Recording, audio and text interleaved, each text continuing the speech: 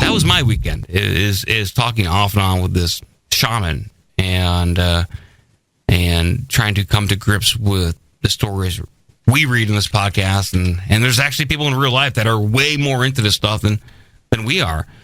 And on the way down to this cabin in Hocking Hills, I was perusing through the Missing 411 book, Hunters, and I went to the back of the book. Yes. And if anybody who's read the Missing 411 books knows that Dave Paulides doesn't really take a stance one way or the other, doesn't really speculate too much on what could be happening, and doesn't really give too many paranormal accounts, like what if people saw a ghost or a poltergeist. Doesn't go into that shit.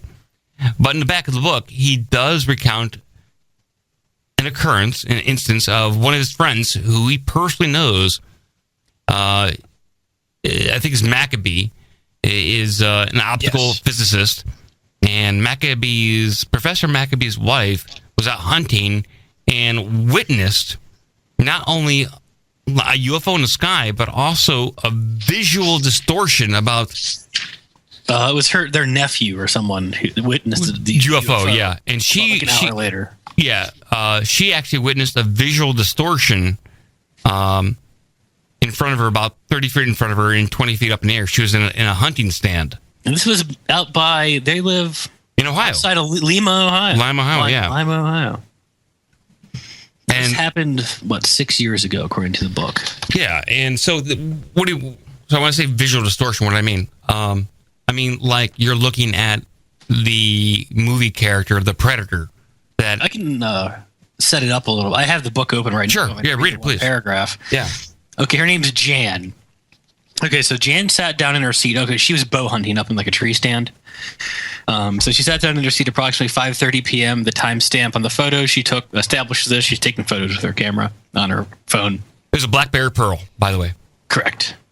They used to have one of those. But anyways, back probably around 2010 as well. But that's neither here nor there. As she was getting situated, Jan started to text a musician friend. Because she was booked musicians. I don't know. Mm-hmm. And at apparently 6:21 p.m., Jan started to take a few photos of the ground in the area around her tree stand. Conditions were very good as the sun were at her back, and she was facing east. It was about this time the strangers started to encompass the area around her. As she texted her friend, the woods all of a sudden gone silent, which we hear a lot of when predators are around, and all noise ceased. Prior to this, the birds were chirping, bugs were making sounds, and the leaves were rustling. She started to think about things in her mind. She thought it might be some predator, like a black panther or a bear. Are there panthers in Ohio? Well, they have mountain lions now. And they released mountain lions in the Hocking Hills area to take care of the coyote problem. Well, then when you do it when it's your mountain lion problem, release the bears. Release the bears, and then when there's bears, you release Bigfoot. Yeah, exactly. Release elephants. Truckosaurus. Yeah. And we'll clone T-Rex to take care of the elephant. Exactly. Keeps going up the chain. And I don't know. Just nuke the place. But Jan still had her phone in her hand when she somehow became aware of something in the trees approximately 15 to 25 feet in front of her. She described it as one of the most unusual things she's seen in her life. It wasn't clear. It was as though a space around it was distorted and you could almost see through it. She said it was about 15 feet. She was about 15 feet up in her tree, and the object was nearly 25 feet in the air in the trees across from her. She told me it reminded her of like a giant item wrapped in saran wrap. So which to me is the predator. Right, yeah. Well, it goes on in the story. The professor did some analysis of the photo. She took several... I guess before that, they had gotten a message on Facebook from their nephew, and they said at band practice around 7:50 that night, everybody at the marching band of the high school, which was about a mile away from where she was hunting, saw this white yellow disc hover around in the sky for about 5 minutes and then just kind of shoot off to the distance. And so the photo she took, I read this several times, and the reason why this is important, and and the reason why it's important that her husband is an optical physicist is that the BlackBerry Pearl takes photos in one resolution. It is, I'm paraphrasing here, about 1,000 pixels by 700 pixels. That's the default resolution. Now the picture she took of this visual distortion is roughly around 500 pixels by 400, which is impossible to take. That's not a setting on the BlackBerry Pearl at all to take that kind of photo, that resolution of a photo. Who would want to take that resolution anyway? It's an awful resolution. So how was that photo produced if the phone itself, the software, wasn't able to generate that kind of picture in that resolution and the height and width? How was that produced? That is a true anomaly. So it goes into even like weirder stuff. Like, how does a physical event affect software and picture resolution? Verizon confirmed that the cell phone has no such resolution. Yes. Exactly. Why couldn't she have changed it afterwards if they checked the metadata and all this stuff? She didn't change it. She didn't change the resolution of the photos at all. And so when she took the picture of the visual distortion that she saw, the saran wrap figure, by default, it changed the resolution itself. When so it goes kind of on some trust here because it was, the issue here with the incident is that you're the world's premier authority of photos and video analysis, right? Analyze by a picture of somebody explicitly trusts his wife. So I guess, he's trusting that his wife didn't fuck with the photos. I imagine, I don't know why she would. But I guess the linking story with the marching band seeing the disc kind of ties into it. So he said he knows there was no altering the picture. So I'm guessing he looked at the metadata. He, as in the husband Maccabee, whatever his name is. You can look at the properties of the photograph and in the file and see what it is. You can definitely see what the resolution is. It's bizarre. So what do we have? We have a UFO coming down to drop off an invisible creature to hunt things? That's what we have.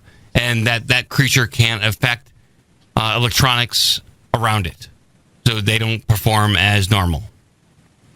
The photo is weird because he's saying, when you look at the photo, it looks kind of like hair being hit by the sun, but it says maybe some of you are thinking Jan actually took a picture of her hair. That would have been impossible. She had her hair in a ponytail tucked and going through the back of her cap. So, the photo is kind of weird to look at. The odd thing is, I've read about this. I might have a year ago or so. I can't remember where I found it, above Top Secret or something. It's published on this Maccabee guy's site. And the photo, maybe I can find it as we're going on here. It's weird. The photo they have in the book it's not even worth printing. It's black and white. I need something that's more substantial than that. The accounts are what does it for me, that this is some kind of creature that is semi-translucent, transparent, up in the trees, probably hunting, and a UFO is seen at the same time.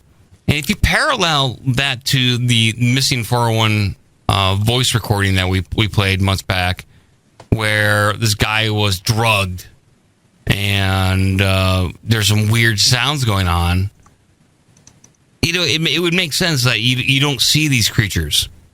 If in fact we are being hunted, if we are in fact being hunted, we're not seeing these creatures who are in fact hunting us. Do you want the link in Slack or in Skype? Slack, why not? All right, it's in Dino's down. That means there's nothing. Everyone can go look at it as Slack. What is this? The link to her story and some of her photos. Yeah. What is all this stuff? What is all this stuff? I gotta open Slack. I forgot to open Slack again. Well, there's another story that I put in to this, is that dwarf Bigfoot with predator-like cloaking ability caught on camera. And this is as strange as this sounds. This kind of goes back to the invisible Bigfoot story we read at the labs out there in California. God, come on. I'm sorry, Joe, but it does. Please look at this. It's so it looks like. So I didn't even see what the hell I'm looking at. That's so remarkable. It just looks like a shitty photo. Are you talking about invisible? The dwarf Bigfoot predator, the distortion one, the Jan's whatever. I'm looking at the one that's like the ray of lights underneath the 2-1E estimated sighting directions of the stuff. So it's like all this highly technical stuff. Like I see a picture of a bow, a picture of a woman, a shitty picture that looks like you had your phone in your pocket and it went off. And then all of a sudden, this is Bigfoot. What is this? This is the predator. So when we're going back to the missing 401, what she saw, the visual distortion.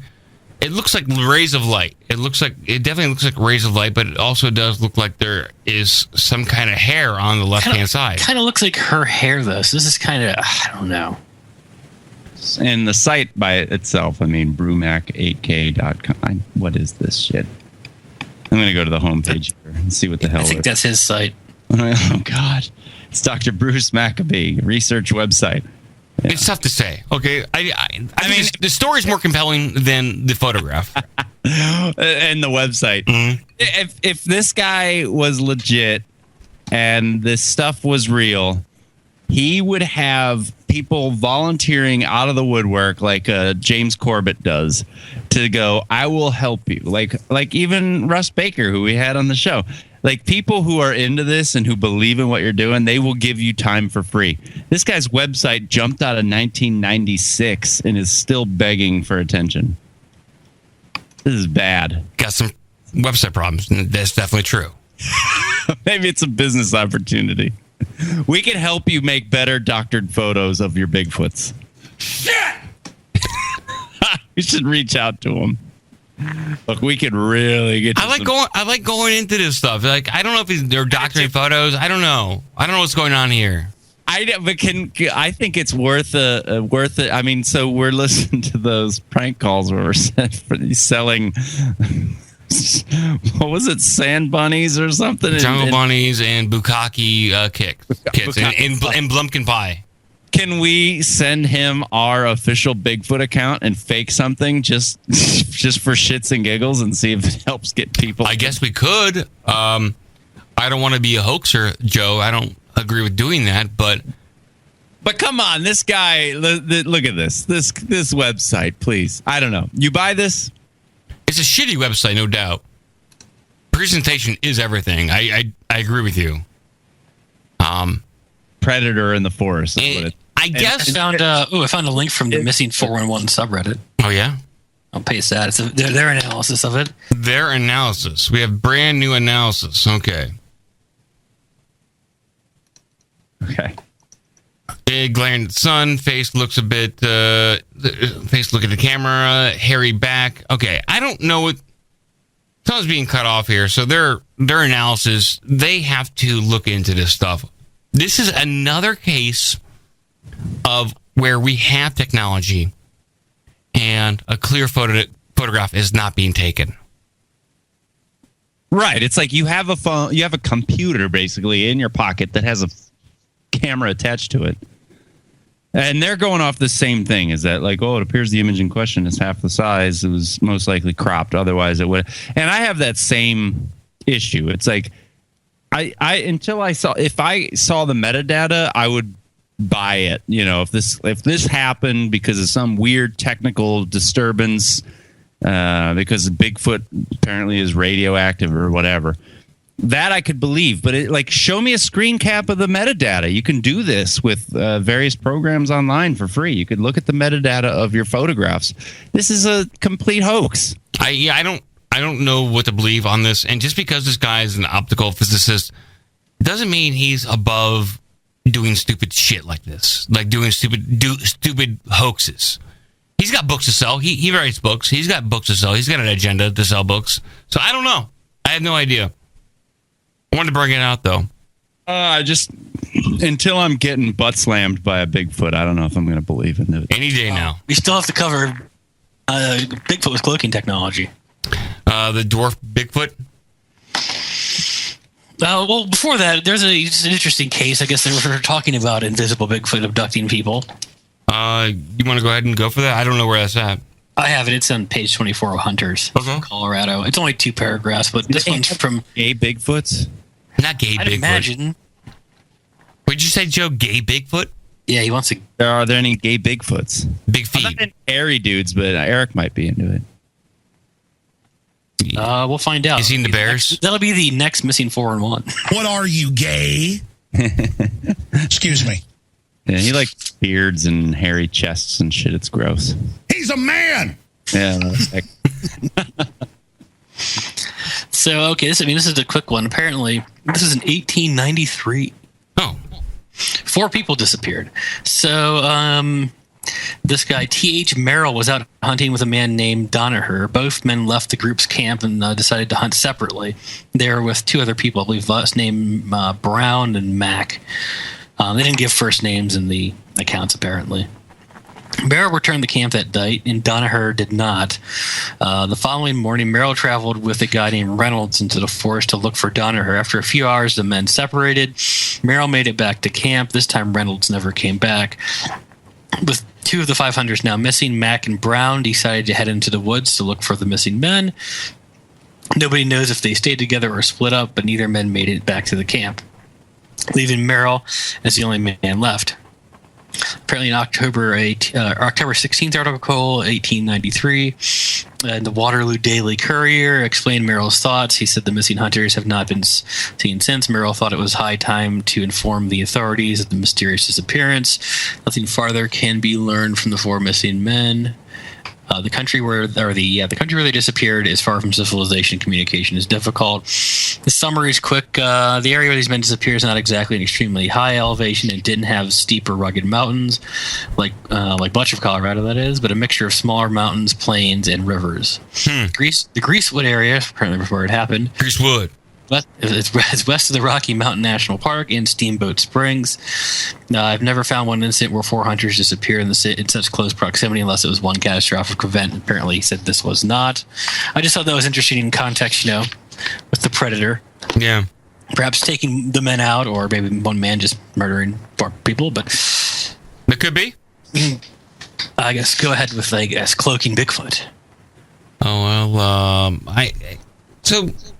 The Cloaking Bigfoot it's a video of a dwarf Bigfoot with predator-like cloaking ability. There's a video of this, of something like moving around in the background in the woods, and you can see something like kind of translucent moving, and this is just eyewitness accounts, and there's a video of this. But it reminded me of the interview we did last year with the guy who called in about that he felt as though he's been contacting Big Feet and there's Bigfoot all around him.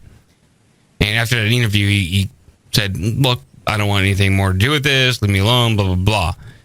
But the video he did show me, there was a translucent person or figure moving. I didn't know what it was due to, but it looked kind of similar to this dwarf Bigfoot with predator ability, and then it reminded me of this missing 411 story, and so maybe we were a bit too harsh, writing this guy off, but he sent in a lot of photos with circles around absolutely nothing. Yeah, so that was kind of tough. I mean, we were in a tough circumstance there. Like, present your best photo, not every photo you have. It's like having a good portfolio, Joe. You know what I'm talking about. Like, you don't want to show every piece of artwork you've done, just the best 5 or 6.